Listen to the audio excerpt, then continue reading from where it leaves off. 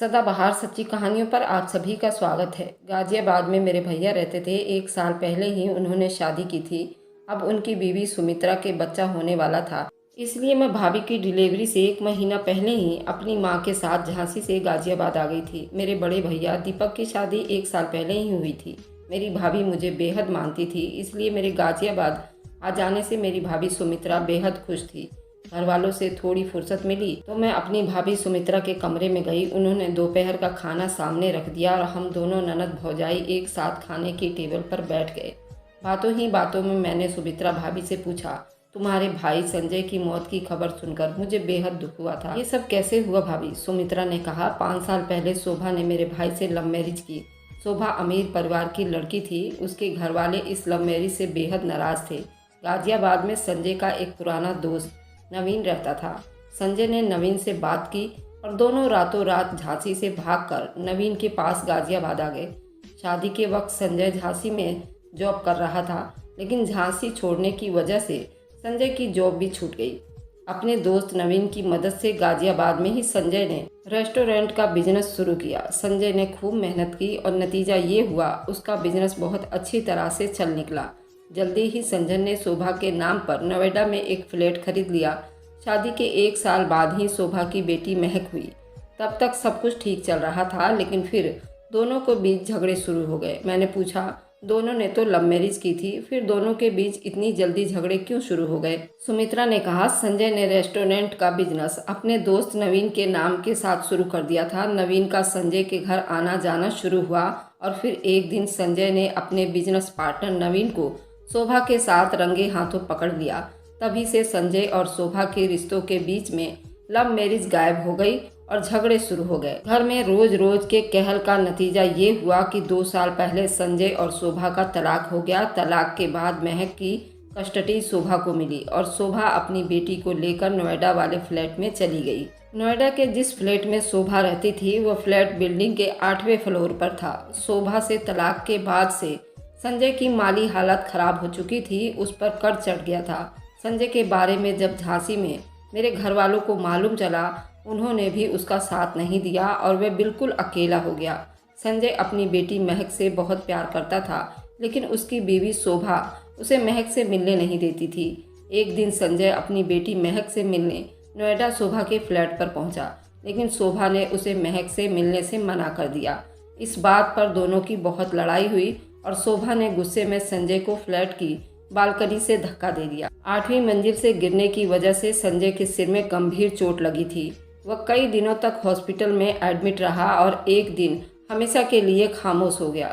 संजय की मौत के बाद शोभा को पुलिस ने क्लीन चिट दे दी, क्योंकि मरने से पहले संजय ने पुलिस को बयान दिया। वह खुद छत से कूदा था। संजय की मौत के 6 महीने हो चुके हैं, लेकिन मैं अपने भाई की मौत को अभी तक भुला नहीं पा रही हूँ। मैं शोभा और नवीन को संजय का कातिल मानती हूँ और संजय की मौत से बड़ा दुख मुझे इस बात का है कि मेरे भाई के कातिल इस वक्त आज़ाद घूम रहे हैं। अपनी भाभी सुमित्रा से संजय की ये दर्द भरी दास्तान सुनकर मुझे बेहद दुख हुआ और मुझे शोभा जैसी औरतों से नफरत होने लगी। मैंने दोपहर का नाश्ता ख़त्म किया और सुमित्रा भाभी के कमरे में सो गई। शाम हुई तो मेरी भाभी ने मुझे जगाया और बोली, रेनू, कुछ ज़रूरी सामान लाना है, क्या तुम मेरे साथ मार्केट चलोगी? मैं झट से तैयार हुई और सुमित्रा भाभी के साथ गाजियाबाद मार्केट आ गई। भाभी ने मार्केट से कुछ ज़रूरी सामान लिया और अब हम मार्केट से वापसी के लिए निकले। तभी सुमित्रा भाभी मार्केट के दूसरी ओर इशारा करती हुई मुझसे बोली, रुचि, वो जो सामने रेस्टोरेंट देख रही हो ना, ये रेस्टोरेंट कभी मेरे भाई संजय का हुआ करता था। इस वक्त वह रेस्टोरेंट को नवीन और शोभा चलाते हैं। जब भी मैं इस रेस्टोरेंट को देखती हूँ, जी करता है कि उसमें आग लगा दूँ। मैंने रेस्टोरेंट पर लिखे बोर्ड को पढ़ने की कोशिश की। वहाँ लिखा था महक रेस्टोरेंट। सुमित्रा ने कहा, संजय की बेटी का नाम महक है। इस रेस्टोरेंट का नाम पहले शोभा रेस्टोरेंट था, लेकिन जब संजय की बेटी हुई तो उसने इस रेस्टोरेंट का नाम अपनी बेटी के नाम पर रख दिया। वह अपनी बेटी से बहुत प्यार करता था। मैं अपनी भाभी सुमित्रा के साथ मार्केट से घर आ गई। शाम तक घर में ढेर सारा काम था। सारा काम निपटाने के बाद रात 10 बज गए। थोड़ी फुर्सत मिली तो मैं और भाभी साथ ही खाना खाने बैठ गए। अभी मैंने पहला निवाला उठाया था कि भाभी ने कहा, रुचि, तुम यहाँ कितने दिनों के लिए आई हो? मैंने कहा, आपका बच्चा हो जाने के बाद मैं यहाँ रुक कर क्या करूँगी, इसलिए मैंने बड़े भैया को बुला लिया है कि वह आपकी डिलीवरी के बाद ही मेरी झांसी की टिकट करवा दें। सुमित्रा भाभी ने कहा, मेरी तबीयत अब ठीक नहीं लग रही है। आज मार्केट से लौटी तब से पेट में दर्द हो रहा है। जल्दी ही तुम्हारे भैया मुझे हॉस्पिटल में एडमिट करवा देंगे। मैं चाहती हूँ कि जब तक तुम यहाँ पर हो रोज नवीन के रेस्टोरेंट पर जाओ। तुम्हें बिल्कुल नहीं जानता, इसी का फायदा उठाकर तुम उसे अपने हुस्न के जाल में फंसाने की कोशिश करो। मैं अपनी भाभी सुमित्रा का ये बात सुनकर चौंक गई। मैंने कहा, मेरे ऐसा करने से क्या होगा? भाभी ने कहा, इससे होगा ये कि जब नवीन तुम पर फिदा हो जाएगा, तुम फ़ोन पर उससे खूब बहकी बहकी बातें करना, बातों ही बातों में उससे शादी का ऑफ़र भी दे देना और कॉल को रिकॉर्ड कर लेना। फिर ये रिकॉर्डिंग तुम शोभा को भेज देना। इससे शोभा और नवीन में झगड़े शुरू हो जाएंगे और दोनों वैसे ही अलग हो जाएंगे जैसे संजय और शोभा अलग हुए थे। इससे मेरे भाई संजय की मौत का बदला तो पूरा नहीं होगा, लेकिन मेरे दिल को ठंडक जरूर मिल जाएगी। भाभी की बात अभी खत्म हुई थी कि कमरे में मेरे बड़े भैया आ गए। भैया को देखते ही भाभी खाने पर से उठ गईं और भाभी की जगह भैया बैठ गए और मेरे साथ ही खाना खाने लगे। ये देखकर पास खड़ी भाभी ने मुस्कुराते हुए अपने पति से कहा, हाथ तो धो लेते। भैया ने कहा, सुमित्रा, बहुत तेज भूख लगी थी और रुचि के साथ बैठकर खाना खाए भी मुझे बहुत दिन हो चुके थे, इसलिए खुद को रोक नहीं पाया। इतना सुनकर भाभी रोटियां लाने किचन में चली गईं। मैंने भैया से पूछा, मेरी और माँ की टिकट का क्या हुआ भैया? भैया ने कहा, इतनी भी जल्दी क्या है रुचि, तुम्हारी भाभी की डिलीवरी हो जाने दो, उसके बाद मैं तुम्हारा रिजर्वेशन करवा दूंगा। मैं तो चाहता हूँ कि तुम झांसी मत जाओ। माँ तो यहाँ आ चुकी हैं, मैं बाबूजी को भी यहीं बुला लेता हूँ। मैंने कहा, नहीं भैया, मेरा बीए फाइनल होने में अभी 1 साल का टाइम है, उसके बाद ही मैं झांसी छोड़ पाऊंगी। भैया के साथ खाना खाने के दौरान उनसे काफ़ी देर तक बातें होती रही। फिर मैं वहाँ से उठकर अपने कमरे में आ गई और देर रात तक नवीन और शोभा के बारे में ही सोचती रही। नवीन या शोभा से मेरी तो कोई दुश्मनी नहीं थी, तो मैं क्या किसी की खुशहाल जिंदगी में घुसकर जहर घोलूं। फिर मुझे लगा कि मेरी अपनी कोई सगी बहन नहीं थी, लेकिन मैं अपनी भाभी सुमित्रा को अपनी सगी बहन से बढ़कर मानती थी। इस नाते उनके दुश्मन मेरे भी दुश्मन हुए। बुरे लोगों को उनके किए की सज़ा तो ज़रूर मिलनी चाहिए। इसलिए मैंने भी मन बना लिया कि मैं कल से ही अपने मिशन पर लग जाऊंगी। अगली सुबह उठते ही मैं बाथरूम में घुस गई। मुझे सजने संवरने में थोड़ा टाइम लगा और मैं तैयार होकर भाभी के पास आ गई और बोली, भाभी, आपने कल जो मुझे एक जिम्मेदारी सौंपी थी, मैं उस जिम्मेदारी को पूरा करने का मन बना चुकी हूँ और थोड़ी देर में ही अपने मिशन के लिए निकल रही हूँ। मेरी ये बात सुनकर भाभी बेहद खुश हुई। उन्होंने झट से मेरे माथे को चूम लिया और बोली, तुम इस टाइम तो ऐसी लग रही हो कि अच्छे से अच्छे ऋषि मुनि भी तुम पर फिदा हो जाएं, लेकिन तुम्हें जब भी लगे कि नवीन तुम्हारे चक्रव्यूह में नहीं फंस पाएगा, तुम इस मिशन को छोड़ देना। मैंने कहा, ठीक है भाभी, लेकिन मैं कोशिश तो पूरी करूंगी। इतना कहकर मैं सीधे मार्केट के लिए निकल गई और मार्केट में पहुंचकर महक रेस्टोरेंट में दाखिल हो गई। मैं अपना लैपटॉप भी साथ ले गई थी ताकि लैपटॉप में काम करने के बहाने नवीन के रेस्टोरेंट में ज़्यादा से ज़्यादा वक्त गुजार सकूं। मैं रेस्टोरेंट में पहुंची। कोने की एक खाली टेबल पर लैपटॉप रखकर टेबल के पास पड़ी कुर्सी पर बैठ गई और टेबल पर पड़े मेन्यू कार्ड को देखने लगी थी। तभी रेस्टोरेंट का एक वेटर मेरे पास आया। मैंने उससे कहा, 1 प्लेट छोले भटूरे लगा दो। तो बोला, मैम, सुबह का टाइम है, अभी छोले भटूरे में थोड़ा टाइम लगेगा। मैंने कहा, 1 कप चाय के साथ मेरा बिल कितना हुआ? वह बोला, 135 रुपये मैम। मैंने कहा, क्या मैं अगले कुछ दिनों तक आपके रेस्टोरेंट में आकर यहाँ अपने लैपटॉप पर काम कर सकती हूँ? यहाँ काफ़ी शांति है और मुझे 2 हफ्ते में अपना प्रोजेक्ट पूरा करना है। नवीन ने कहा, कल से आप किस टाइम आएंगी? मैंने कहा, आप किस वक्त यहाँ आते हैं? मेरा ये सवाल सुनकर नवीन मेरी तरफ देखने लगा। तभी मैंने मुस्कुराते हुए कहा, मेरा मतलब ये है कि जब आप रेस्टोरेंट में आ जाते होंगे तो यहाँ साफ सफाई भी तो पूरी हो जाती होगी ना? नवीन ने कहा, आप कल से 11 बजे तक आ जाइएगा और कोने की उस टेबल पर बैठने के बजाय मेरे केबिन में बैठकर अपना काम कर लीजिएगा। नवीन की इस बात पर मुस्कुराते हुए मैंने उसे थैंक्स कहा और घर आ गई। मैं बेहद खुश थी। पहले दिन ही मैंने नवीन से मिली और अगले दिन से मैं उसके साथ उसके केबिन में बैठने वाली थी। मेरी इस बात को सुनकर मेरी भाभी सुमित्रा भी बेहद खुश हो गई। अब उन्हें मुझ पर इतना तो यकीन हो गया था कि मैं अपने मिशन को पूरा कर लूँगी। अगली सुबह मैं 11 बजे तक नवीन के केबिन में थी। मैंने नवीन के केबिन से ही वेटर को सुबह के ब्रेकफास्ट का ऑर्डर कर दिया। लैपटॉप खोलकर बैठ गई। नवीन काउंटर पर बैठा अपना काम कर रहा था, लेकिन मैंने महसूस किया कि वह बीच बीच में मुझे भी देख रहा था। इस बीच कई बार नवीन से मेरी नज़रें भी मिली और जब भी उससे मेरी नज़रें मिलती मैं शर्मा जाती। मैंने तय किया हुआ था कि तब तक नवीन के केबिन से नहीं उठूंगी जब तक वह खुद मुझसे नहीं कहेगा, लेकिन शाम तक उसने मुझे बिल्कुल भी नहीं टोका। शाम होने पर नवीन के रेस्टोरेंट में ग्राहकों की भीड़ शुरू हो गई। रेस्टोरेंट के सभी टेबल फुल हो चुके थे। नवीन को तो इस टाइम बिल्कुल फुर्सत नहीं थी, इसलिए मैंने नवीन से इजाज़त ली और घर चली आई। मेरी भाभी की डिलीवरी में 15 दिन का समय बाकी रह गया था। मेरे दिन भर घर में ना रहने की वजह से काम का सारा बोझ मेरी भाभी पर आ गया था, इसलिए मुझे लगा नवीन से इस कर पुरा कर जल्दी से जल्दी मंजिल तक पहुंचना होगा। मैं अगले 1 हफ्ते तक रोज़ नवीन के पास जाती। इस बीच नवीन मुझसे ढेर सारी बातें करता। धीरे धीरे मुझे लगने लगा था कि अब वो मुझे चाहने लगा था, लेकिन अभी तक उसने अपनी मोहब्बत का इजहार नहीं किया था। भाभी की डिलीवरी में 1 हफ्ते का समय बाकी रह गया था। मुझे अपना टारगेट पूरा करना था। मैं एक दिन नवीन के केबिन में थी। मुझे नवीन के पूरे दिन का शेड्यूल मालूम हो गया था। वह शाम 4 बजे से बिल्कुल फ्री रहता था, इसलिए मैंने तय किया कि आज मैं उसे रिझाने की कोशिश करूंगी। मैंने बेहद भड़कीले कपड़े पहने हुए थे। हर बार की तरह अलग 1 घंटे तक मैं अपने लैपटॉप पर लगी रही ताकि नवीन को लगे मैं यहाँ अपना काम कर रही हूँ। उसके बाद मैंने ही बात शुरू की। मैं बोली, नवीन जी, मेरा आज का काम पूरा हो चुका है, अब मैं खाली हूँ, लेकिन इस शहर में पूरे दिन में कहाँ भटकूँ समझ ही नहीं आ रहा। नवीन ने पूछा, आप गाजियाबाद में कहाँ रहती हो?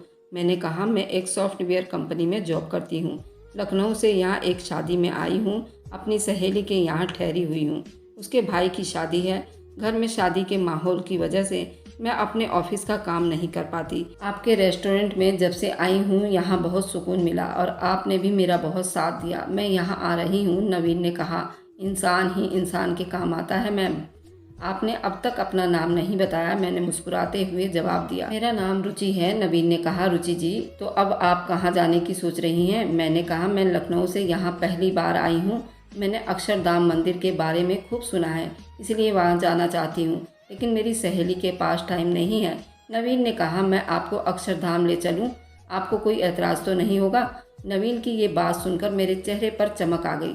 मैंने झट से कहा, नवीन जी, आप कितने अच्छे इंसान हैं। मैं और नवीन शाम तक अक्षरधाम के मंदिर घूमते रहे। इस बीच मैंने कई बार नवीन का हाथ पकड़ा और मैंने महसूस किया कि मेरा हाथ पकड़ना नवीन को अच्छा लग रहा था। 4 बजे तक हम लोग अक्षरधाम से लौट आए। नवीन ने मुझे घर छोड़ने के लिए कहा, लेकिन मैंने मना कर दिया और उसने मार्केट की पार्किंग में अपनी कार खड़ी की। मैं कार से उतरी और बोली, नवीन, 12 अक्टूबर को मेरी सहेली के बड़े भाई की शादी है। शादी में बस 3 दिन बाकी रह गए हैं। अब मैं शादी के बाद ही तुम्हारे रेस्टोरेंट पर आ पाऊंगी। वह बोला, क्या मुझे इस शादी में नहीं बुलाओगी? मैंने नवीन की इस बात का कोई जवाब नहीं दिया और मुस्कुराती हुई मैं उससे उसका फ़ोन नंबर मांगकर घर चली आई। भाभी की तबीयत खराब थी, इसलिए मैं भाभी के साथ उनका हाथ बटाने लगी। इस बीच मेरी और नवीन की फ़ोन पर बातें भी होती रहीं। वह जब भी फुर्सत में होता मुझे कॉल लगा देता और मैं जब भी उससे फ़ोन पर बात करती कॉल को रिकॉर्ड पर लगा देती। रात 9 बजे भाभी और मैं खाना खाने बैठी थी, तभी नवीन का फ़ोन आ गया। मैंने फ़ोन रिसीव किया और रिकॉर्डिंग ऑन कर दिया। फ़ोन का स्पीकर ऑन था। बगल में बैठी मेरी भाभी भी उसकी बातों को सुन रही थी। वह बोला, रूबी, सच कहूँ तो मुझे तुमसे प्यार हो गया है। मैंने कहा, क्या? किसी को 15 दिनों में भी प्यार होता है भला? वह बोला, प्यार तो पल भर में भी हो सकता है। तुम हो ही इतनी खूबसूरत कि मुझे तो पहले ही दिन तुमसे प्यार हो गया था। मैंने कहा, लेकिन मैं किसी शादीशुदा इंसान से तो प्यार नहीं कर सकती। वह बोला, मेरा तलाक हो चुका है। मैंने पूछा, कब हुआ? बोला, मेरा तलाक कब हुआ ये बात ज़रूरी नहीं है, ज़रूरी ये है कि मैं इस वक्त अकेला हूँ। मैंने कहा, इतनी जल्दबाजी ज़िंदगी के फैसले नहीं किए जाते। 12 तारीख को मेरी सहेली के भाई की शादी है। मैं शादी के 2 दिन बाद तुम्हारे पास आती हूँ, फिर बैठकर बातें करते हैं। नवीन का फ़ोन कटने के बाद मेरी भाभी बहुत खुश नजर आई। मैंने कहा, भाभी, इतनी रिकॉर्डिंग काफ़ी है शोभा को भेजने के लिए। देखना, वह ये रिकॉर्डिंग सुनते ही इस कमीने इंसान को सचमुच का तलाक दे देगी। भाभी ने कहा, तुम्हारी बात तो सही है। नवीन से लगातार फ़ोन पर बातें करो और उससे खुलकर उस तरह की बातें करो जिसे वह फ़ोन पर ही अपनी मर्दानगी जाहिर कर दे। और झांसी जाने से पहले तुम शोभा के फ्लैट पर जाकर उसके सामने नवीन की सारी असलियत बयान कर देना और ये सारी रिकॉर्डिंग उसके फ़ोन पर सेंड करके वहाँ से चली आना और फिर यहाँ से झांसी के लिए तुरंत निकल जाना। नवीन तुम्हें लखनऊ में ढूंढेगा, लेकिन तुम झांसी में रहोगी। उसकी इस हालत पर मेरे दिल को बेहद सुकून मिलेगा। तय समय पर भाभी की डिलीवरी हो गई। उन्होंने एक खूबसूरत बेटी को जन्म दिया था। अब मैं अपनी माँ के साथ झांसी जाना चाहती थी, इसलिए एक दिन मैंने भैया से झांसी की टिकट के लिए जिद की, तो उन्होंने 18 तारीख की मेरी रिजर्वेशन करवा दी। भाभी की डिलीवरी के एक सप्ताह बीत चुके थे और 18 तारीख को मुझे झांसी के लिए निकलना था, इसलिए शोभा के फ्लैट पर जाने के लिए मेरे पास सिर्फ 3 दिनों का समय बाकी रह गया था। इस बीच मैंने नवीन से फ़ोन पर हर तरह की बातें कर ली थी। वह अब मुझसे मिलने के लिए बेकरार था। उसने मुझे अपने फ्लैट का एड्रेस भी सेंड कर दिया। मैंने उससे कहा कि 18 तारीख की रात में उसके बताए एड्रेस पर आ जाऊंगी और रात भर उसके साथ ही रहूंगी। इतना सुनकर वह बेचैन हो गया और बेसब्री से 18 तारीख का इंतज़ार करने लगा। लेकिन उसे क्या पता था 18 तारीख को तो मैं झांसी की ट्रेन में रहूंगी। 17 तारीख को मैंने भाभी से शोभा के फ्लैट का एड्रेस लिया और कैब बुक करके मैं फरीदाबाद से नोएडा सेक्टर 32 पहुंच गई और थोड़ी ही देर में मैं गोदरेज हाउस सोसाइटी के टावर नंबर 4 की लिफ्ट में थी। फ्लैट के 8वें फ्लोर पर लिफ्ट रुकी। मैं लिफ्ट से निकलकर फ्लैट नंबर 814 के सामने खड़ी हो गई और डोरबेल बजा दिया। एक खूबसूरत सी औरत बाहर निकली। मैंने पूछा, क्या शोभा जी आप ही हैं? वह बोली, जी। आप कौन हैं? मैंने कहा, मैं आपके पति नवीन की गर्लफ्रेंड हूँ। मेरा नाम रुचि है। शोभा ने हैरानी भरी निगाहों से मुझे देखा और बोली, आप नवीन की गर्लफ्रेंड होंगी, लेकिन मैं नवीन की पत्नी हूँ। मैंने पूछा, क्या मैं अंदर बैठकर आपसे बात कर सकती हूँ? वो बोली, लेकिन मैं तो आपको जानती नहीं हूँ। मैंने कहा, आप मुझे केवल 10 मिनट देंगी तो आपको मेरी सारी बात समझ आ जाएगी। शोभा मुझे अंदर ले गई और मुझे ड्राइंग रूम में बिठाकर किचन में चाय चढ़ाने के लिए चली गई और पतीले में 2 कप चाय चढ़ाकर वापस आई और मेरे सामने बैठ गई। मैंने कहा, शोभा जी, क्या नवीन आपका पति नहीं है? वो बोली, नहीं, मेरे पति की डेथ हो गई 7 महीने हो चुके हैं। मैंने पूछा, आपका नवीन के साथ क्या रिश्ता है? मेरे इस सवाल पर शोभा गुस्सा हो गई और बोली, मेरा नवीन के साथ कोई रिश्ता नहीं है, लेकिन तुम मुझसे पर्सनल सवाल पूछने वाली होती कौन हो? मैंने कहा, मैं नवीन की गर्लफ्रेंड हूँ। इतना कहकर मैंने नवीन से अपने इश्क की सारी दास्तान शोभा को सुना दी और उससे उसका नंबर लेकर मैंने अपनी और नवीन की पूरी रिकॉर्डिंग उसे सेंड कर दी और वहाँ से निकलने के लिए सोफे से खड़ी हुई थी कि शोभा ने कहा, चाय बन चुकी है, पी कर जाना। इतना कहकर वह किचन की ओर चली गई और चाय के 2 कप लिए वापस आ गई और बोली, तुम नवीन की गर्लफ्रेंड हो तो मैं क्या करूँ? चाय का घूंट तो लेते हुए मैं शोभा के चेहरे को पढ़ने की कोशिश कर रही थी, लेकिन मैं समझ नहीं पा रही थी कि शोभा को नवीन के खिलाफ इतने सबूत देने के बावजूद उस पर कोई फ़र्क क्यों नहीं पड़ रहा। ये तो वो मेरे सामने नौटंकी कर रही है या फिर वो सच बोल रही है। मैंने चाय ख़त्म ही की थी कि शोभा के रूम की घंटी बजी। शोभा ने दरवाज़ा खोला तो सामने नवीन था। उसे इस वक्त यहाँ देखकर मैं बेहद घबरा गई। क्या पता दोनों मिलकर संजय की तरह मेरा भी मर्डर कर दें। तभी नवीन अंदर आया और मुस्कुराते हुए बोला, मैं तुमसे सच में प्यार करने लगा था रुचि, लेकिन तुम शोभा के पास क्यों आ गई ये मैं समझ नहीं पाया। थोड़ी देर पहले शोभा ने मुझे यहाँ आने के लिए मैसेज किया और कुछ रिकॉर्डिंग भेजी तो मैं यहाँ चला आया। अब तुम मुझे सब कुछ बताओ कि तुम कौन हो और मुझसे प्यार करने का नाटक तुमने क्यों किया। एक बंद कमरे में 2 हत्यारों के बीच फंसी मैं यहाँ आने को लेकर पछता रही थी। मैं बेहद डर गई थी, इसलिए मैंने सब सच सच बता दिया और बोली, मैं इस वक्त तुम्हारे फ्लैट पर हूँ। ये बात मेरे भैया भाभी को पता है। अगर मैं यहाँ से समय पर घर नहीं गई तो वो पुलिस लेकर तुम्हारे फ्लैट पर पहुँच जाएंगे, इसलिए मुझे यहाँ से जाने दो। मेरी ये बात सुनकर शोभा मुस्कुराती हुई बोली, घबराओ मत, मैं कातिल नहीं हूँ। मैंने अपने पति को नहीं मारा, बल्कि संजय ने मेरी बालकनी से कूदकर आत्महत्या की थी। मैंने कहा, तुमने संजय को धोखा क्यों दिया? शोभा ने कहा, मैंने संजय को धोखा नहीं दिया, बल्कि उसने मेरे साथ धोखा किया। मैंने कहा, मरे हुए आदमी पर इस तरह इल्ज़ाम तो मत लगाओ शोभा। वह बोली, जब मैं संजय के साथ झांसी से भागकर गाजियाबाद आई तो मैं अपने साथ ढेर सारे गहने लेकर आई थी ताकि संजय के साथ मैं एक बेहतर ज़िंदगी की शुरुआत कर सकूं। गहनों को बेचकर ही मैंने ये फ्लैट खरीदा और बाकी की रकम संजय को बिजनेस करने के लिए दी। उसने रेस्टोरेंट खोला, लेकिन अचानक इतनी रकम उसके हाथों में आई तो वो बुरी आदतों का शिकार हो गया। जुए और शराब में उसने धीरे धीरे सारी रकम गंवा दी। तब नवीन ने संजय के रेस्टोरेंट को संभाल लिया, वरना संजय अपनी गंदी आदतों से रेस्टोरेंट को भी बर्बाद कर देता। नवीन संजय का दोस्त था और नवीन ने बुरे टाइम में मेरा साथ दिया था, इसलिए मैं नवीन पर भरोसा करती थी। मेरी बेटी की अच्छी परवरिश के लिए मुझे रुपयों की ज़रूरत थी, इसलिए एक दिन मैंने नवीन को घर बुलाया ताकि मैं छुपाकर रखे गए गहनों को बेचकर नगद रुपए हासिल कर सकूं। नवीन घर पर ही था कि संजय आ गया। उसने नवीन को घर पर देखा तो हंगामा खड़ा कर दिया। मैंने पूरी कोशिश की संजय सुधर जाए, लेकिन जब पानी सर से ऊपर गुजर गया तो मैंने उससे तलाक ले लिया। एक दिन वो यहाँ आया, उसने बहुत ज़्यादा पी रखी थी। मेरी बेटी को अपने साथ ले जाने की जिद करने लगा और फिर उसने बालकनी से छलांग लगा दी। इस टाइम नवीन जिस रेस्टोरेंट को संभालता है उसमें आधा शेयर मेरा भी है।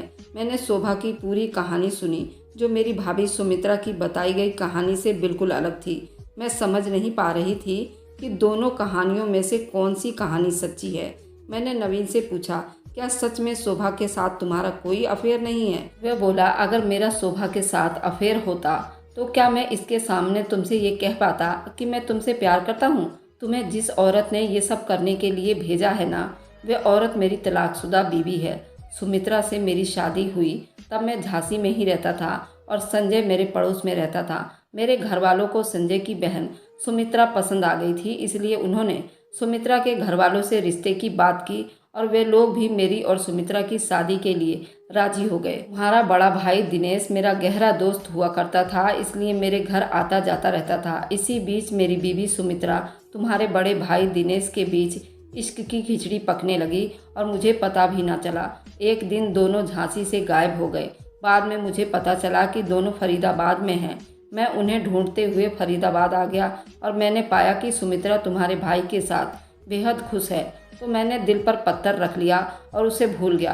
कुछ समय बाद ही सुमित्रा का भाई संजय मेरे पास आया और उसने बताया कि वह झांसी से किसी शोभा नाम की लड़की के साथ गाजियाबाद आया है, तो मैंने उसकी मदद की। दरअसल तुम्हारी भाभी सुमित्रा को लगता है मेरा शोभा के साथ अफेयर है, इसलिए उसने तुम्हें मेरे पास भेजा ताकि शोभा से मेरे अफेयर का सबूत इकट्ठा कर सके, मुझे शोभा से अलग कर सके। लेकिन मैं शोभा से नहीं, तुमसे प्यार करता हूँ। अब तुम बताओ, क्या मुझे प्यार करने का हक नहीं है? नवीन की बात का जवाब दिए बिना मैं शोभा के घर से वापस आ गई और वहाँ जो कुछ भी हुआ मैंने सारी बात अपनी भाभी से कह दी। मेरी शाम की ट्रेन थी, मैं अपनी तैयारियों में लगी थी। मेरे भैया मुझे और मेरी माँ को स्टेशन तक छोड़ने जाने वाले थे।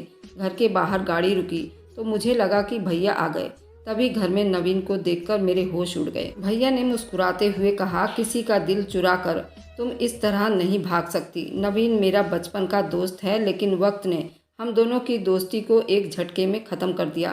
तुम्हारी भाभी सुमित्रा नवीन की बीवी थी। सुमित्रा की नवीन से शादी उसकी मर्जी के खिलाफ हुई थी। वह मुझसे प्यार करती थी। नवीन से शादी के बाद सुमित्रा मुझे भुलाने की पूरी कोशिश की, लेकिन वह ऐसा नहीं कर पाई और मैं भी मोहब्बत के आगे दोस्ती को कुर्बान कर दिया और रातों रात शोभा को लेकर गाजियाबाद आ गया। कुछ दिनों से तुम नवीन से रेस्टोरेंट पर जा रही थी, तो एक दिन मैंने तुम्हारा पीछा किया और मुझे सब पता चल गया। कल भी मैं तुम्हारे पीछे पीछे शोभा के फ्लैट तक पहुंचा। जब तुम वहां से चली गई तो मैं शोभा के फ्लैट पर पहुंचा, जहां मुझे शोभा और नवीन मिल गए। नवीन ने मुझसे सारी बात बता दी। वह तुमसे प्यार करता है और तुमसे शादी करना चाहता है। तुमने गलतफहमी में पड़कर उसे गलत समझ लिया, लेकिन वह ऐसा नहीं है। अगर तुम्हारी ज़िंदगी में कोई और लड़का ना हो तो तुम नवीन का हाथ थाम सकती हो। मैंने अपनी भाभी के ओर देखा तो वो मुझसे नज़रें ना मिला पाई और कमरे में चली गई। कहानी से सीख, सच के कई रूप हो सकते हैं। हम जिस सच को सच मानते हैं ज़रूरी नहीं कि वही आखिरी सच हो। किसी और के लिए आपका ये सच बिल्कुल अलग रूप में भी हो सकता है। अगर आपको आज की कहानी पसंद आई है तो वीडियो को ज़रूर लाइक कीजिएगा और अपने दोस्तों के साथ शेयर भी कीजिएगा। और हाँ, अगर आपने अभी तक हमारे चैनल को सब्सक्राइब नहीं किया है तो ज़रूर सब्सक्राइब कर लें। मिलते हैं हम अपनी कल की एक नई दिलचस्प कहानी के साथ। मुझ पर सदा अपना प्यार और स्नेह बनाए रखें। सभी को मेरा प्यार भरा नमस्कार दोस्तों।